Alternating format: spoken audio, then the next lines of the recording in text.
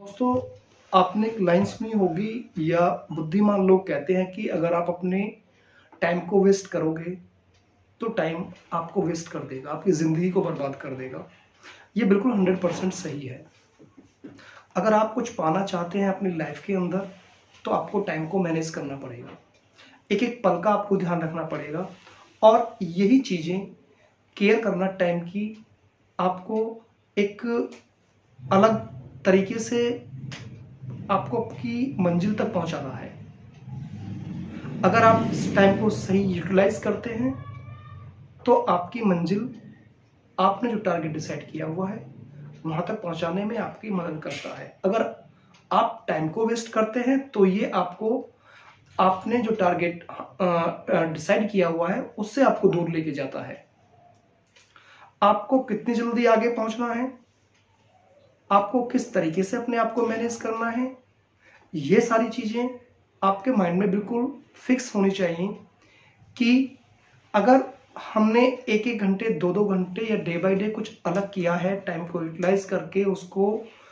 Manage किया है, तो ये हमें हमारी मंजिल तक पहुंचाता है।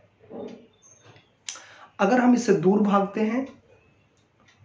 मेहनत करने से दूर भागते हैं, या हम अपने टाइम को यूटिलाइज नहीं कर पा रहे हैं, अपनी लाइफ के अंदर मैनेज नहीं कर पा रहे हैं, तो डेफिनेटली आप अपने आप को बर्बाद तो कर ही कर रहे हैं, साथ साथ आपने जो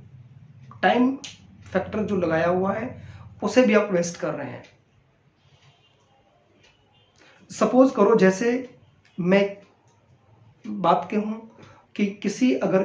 प्लेयर को 5000 मीटर की दौड़ में उसे गोल्ड मेडल जीतना है, उसको फर्स्ट आना है, तो मेरे हिसाब से उसे रोज डेली 8000 10,000 मीटर की दौड़ की उसको प्रैक्टिस करनी होगी, उस पर टाइम एक्स्ट्रा देना होगा। और यही एक्स्ट्रा टाइम उसको एक्स्ट्रा बनाता है,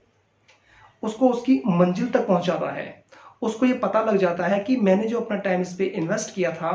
वो मुझे, मेरी स्टेमिना जो मेरे अंदर बना हुआ है वो मुझे वहां तक लेकर के जाएगा, क्योंकि मैं ऑलरेडी